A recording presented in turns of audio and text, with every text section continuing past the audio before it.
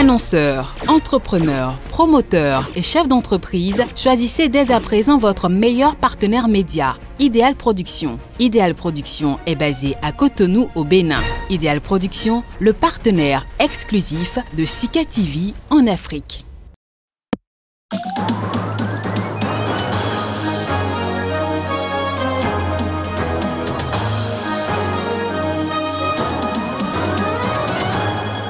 Au Sénégal, près de la moitié des 18-25 ans ne sont pas inscrits sur les listes électorales.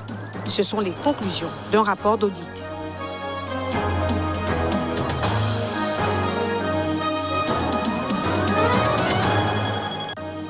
Dégradation de la situation autour des rassemblements contre les autorités au Tchad. On dénombre des blessés et plusieurs arrestations.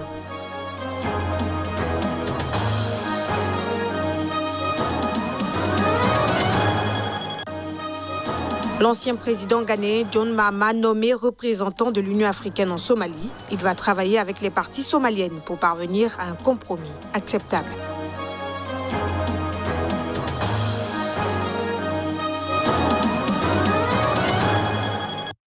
Bonjour à tous et merci de nous rejoindre dans cette édition. Près de la moitié des 18-25 ans ne sont pas inscrits sur les listes électorales au Sénégal.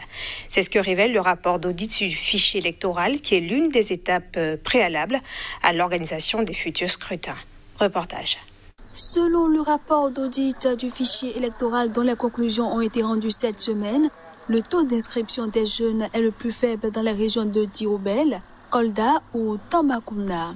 Le taux est particulièrement bas pour les nouveaux majeurs de 18 à 20 ans. Au niveau national, 9,3% seulement peuvent exercer leur droit de vote. Cet audit est l'une des étapes préalables à l'organisation des futurs scrutins, notamment les élections locales prévues avant fin janvier 2022. Mais pour l'opposition, le fichier actuel ne reflète pas la démographie du pays. Pour Tierno Souleymane Diop Niang, du think tank Lex Africa, il y a un déficit de maillage du territoire. Pour lui, c'est la durée des inscriptions qui est très courte. Il y a aussi un déficit d'information. Les jeunes ne savent pas où aller. Il suggère donc qu'il faut changer de stratégie, aller dans les écoles, trouver les jeunes là où ils sont, leur expliquer l'importance d'aller voter pour investir l'espace public. Pour les auteurs du rapport, cette sous-représentativité des jeunes constitue la principale insuffisance relative à l'inclusivité du fichier électoral. La police a dispersé des manifestants à coups de gaz lacrymogène au Tchad samedi. Des sources évoquent des blessés, des tirs à balles réelles, mais aussi plusieurs arrestations.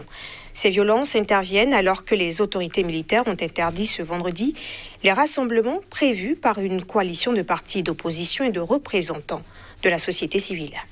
La police tchadienne a dispersé ce samedi à coups de gaz lacrymogène quelques manifestations sporadiques de dizaines de personnes à l'appel de l'opposition et de la société civile à N'Djamena contre la junte qui a pris le pouvoir après la mort du président Idriss Déby Itno.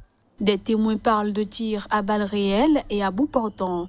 2 blessés ont été transférés à l'hôpital et il y a eu 9 arrestations selon des responsables du mouvement Wakit Tama.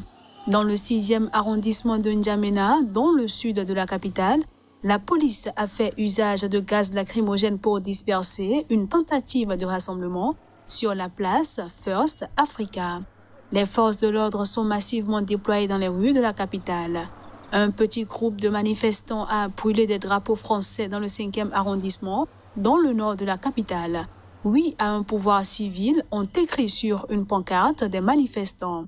D'autres rassemblements sont signalés dans d'autres quartiers de N'Djamena, à Walia, à Atron, avec également des tirs de lacrymogène.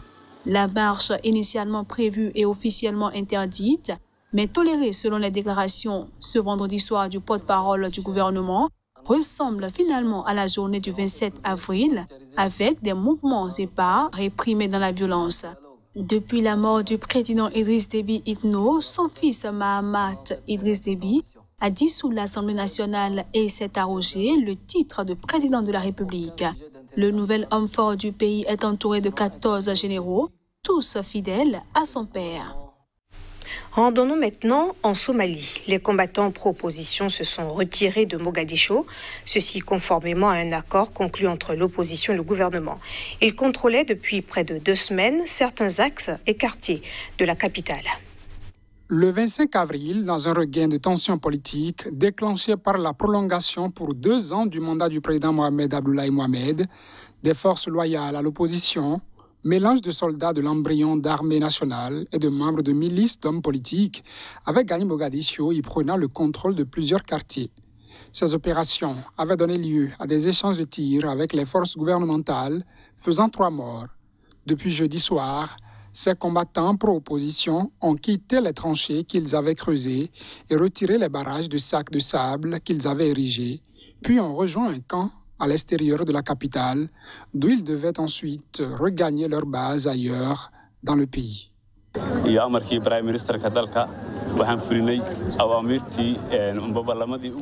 Conformément à l'ordre du Premier ministre, nous avons évacué les forces militaires de la ville de Mogadiscio. Nous sommes maintenant en dehors de la capitale. J'espère que le Premier ministre va travailler sur l'état de droit.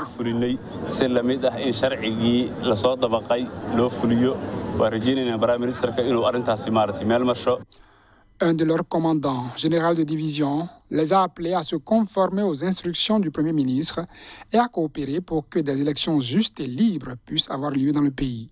Mercredi soir, l'opposition avait accepté de retirer ses combattants à condition qu'il n'y ait pas de conséquences pour eux dans le cadre d'un accord conclu sous l'égide du comité de médiation instauré par le Premier ministre. Les tensions entre opposition et gouvernement se sont exacerbées avec l'annonce le 12 avril de la prolongation pour 2 ans du mandat du président Mohamed Abdullahi Mohamed, dit Farmajo, qui a expiré le 8 février sans que des élections aient pu être organisées. Restons en Somalie pour dire que l'Union africaine a nommé l'ancien président du Ghana, John Mahama, au poste de haut représentant pour le pays. La Somalie, vous le savez, est plongée dans une profonde crise politique depuis l'annonce le 12 avril de la prolongation pour 2 ans du mandat du président. Nommé haut représentant pour le volet politique de la Somalie, l'ex-président ghanéen Mahama travaillera avec les parties somaliennes pour parvenir à un compromis mutuellement acceptable vers une résolution globale pour la tenue d'élections dans les plus brefs délais, a affirmé un communiqué de l'Union africaine. Dans ce texte, le président de la Commission de l'Union africaine, Moussa Faki, appelle les parties prenantes somaliennes à négocier de bonne foi dans la recherche d'un règlement inclusif de la crise électorale. Cela doit ouvrir la voie à un gouvernement démocratiquement élu, doté de la légitimité et du mandat nécessaire pour résoudre les problèmes politiques et constitutionnels en suspens qui constituent une menace pour la stabilité du pays et de la région, ajoute-t-il. La Somalie traverse depuis plusieurs semaines une profonde crise politique déclenchée par l'annonce le 12 avril dernier de la prolongation pour 2 ans du mandat du président Mohamed Abdullahi Mohamed dit Farmajo, arrivé à échéance le 8 février sans que des élections aient pu être organisées. Cette décision a été condamnée par l'opposition somalienne et la communauté internationale. Dans un geste d'apaisement, le président Farmajo a chargé le premier ministre Mohamed Hussein Roble d'organiser des élections dans les meilleurs délais après les affrontements armés entre forces gouvernementales et combattants pro-opposition. Les centaines de combattants pro-opposition qui contrôlaient depuis le 25 avril certains axes et quartiers de Mogadiscio se sont retirés ce vendredi après un accord conclu entre l'opposition et le gouvernement. John Mahama, président du Ghana entre 2012 et 2017, aujourd'hui âgé de 62 ans, arrivera en Somalie dans les prochains jours. Direction l'Algérie. Alger maintient son exigence d'une repentance de la France pour les crimes commis durant ses 132 ans de colonisation de l'Algérie. C'est ce qu'a déclaré le ministre algérien de la communication et porte-parole du gouvernement. C'était à l'occasion de la célébration samedi pour la première fois de la journée de la mémoire. Les détails. L'Algérie reste attachée au règlement global du dossier mémoriel qui repose sur la reconnaissance officielle, définitive et globale par la France de ses crimes, la repentance et des indemnisations équitables, a déclaré Amar Bellimer, ministre algérien de la communication et porte-parole du gouvernement.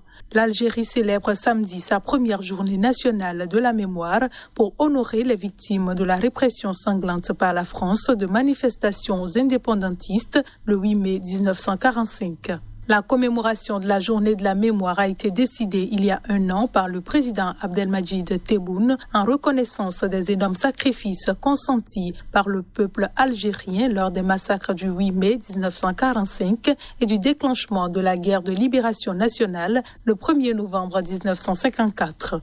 Le règlement du dossier mémoriel passe aussi par la prise en charge des conséquences des explosions nucléaires, la remise des cartes d'enfouissement des déchets de ces explosions, a ajouté le ministre. Le dossier des essais nucléaires est l'un des principaux contentieux mémoriels entre Alger et Paris. La France a procédé à 17 essais nucléaires au Sahara algérien entre 1960 et 1966 sur les sites de Regan puis d'Ineker. 11 d'entre eux, tous souterrains, sont postérieurs aux accords d'Évian de 1962 qui actaient la fin de la guerre d'indépendance de l'Algérie, mais une clause permettait à la France d'utiliser jusqu'en 1967 les sites du Sahara. Si le contentieux reste important, des acquis certes modestes, mais d'une grande valeur morale, ont été obtenus par l'Algérie, a admis le ministre. Macron a engagé ces derniers mois une série d'actes symboliques afin de tenter de réconcilier les mémoires entre les deux rives de la Méditerranée à l'approche du 60e anniversaire de l'indépendance de l'Algérie. En Libye, des hommes armés ont fait une démonstration de force dans la nuit de vendredi à samedi devant un hôtel à Tripoli qui sert de QG au conseil présidentiel libyen. Cette manifestation intervient au moment où de profondes divisions refont surface dans le pays après une embellie politique. Des images diffusées sur les réseaux sociaux montrent des dizaines d'hommes armés regroupés devant l'entrée de l'hôtel Coressia, présentés comme des milices par des médias locaux. Citée par l'agence libyenne de presse Lana, la porte-parole du conseil présidentiel Najwa Weba a confirmé cette descente menée dans un des quartiers généraux où se réunit le conseil. Ce qui s'apparente à une démonstration de force des milices de Tripoli vise, selon la presse locale, à protester contre l'appel fait récemment par la ministre des Affaires étrangères, Najla Al-Mangouche, au retrait des mercenaires et combattants étrangers stationnés dans le pays, y compris des troupes turques. Proche des cercles de pouvoir dans l'Ouest, Ankara avait permis de mettre en échec en juin 2020 une offensive de Khalifa Haftar, homme fort de l'Est, lancée en avril 2019 pour tenter de s'emparer de Tripoli. Le pays d'Afrique du Nord, plongé dans le chaos depuis la chute du régime de Muammar Kadhafi en 2011, était alors divisé entre deux pouvoirs rivaux en tripolitaine et syrianique. Malgré la fin des combats et l'installation d'un pouvoir unifié, de profondes divisions subsistent entre l'Ouest et l'Est, ce dernier étant de facto toujours contrôlé par Haftar, alors qu'on dénombre quelques 20 000 mercenaires et combattants étrangers de différentes nationalités toujours présents en Libye. Ce sera tout pour cette édition. Merci de l'avoir suivi et pour votre attention au programme de Sika TV.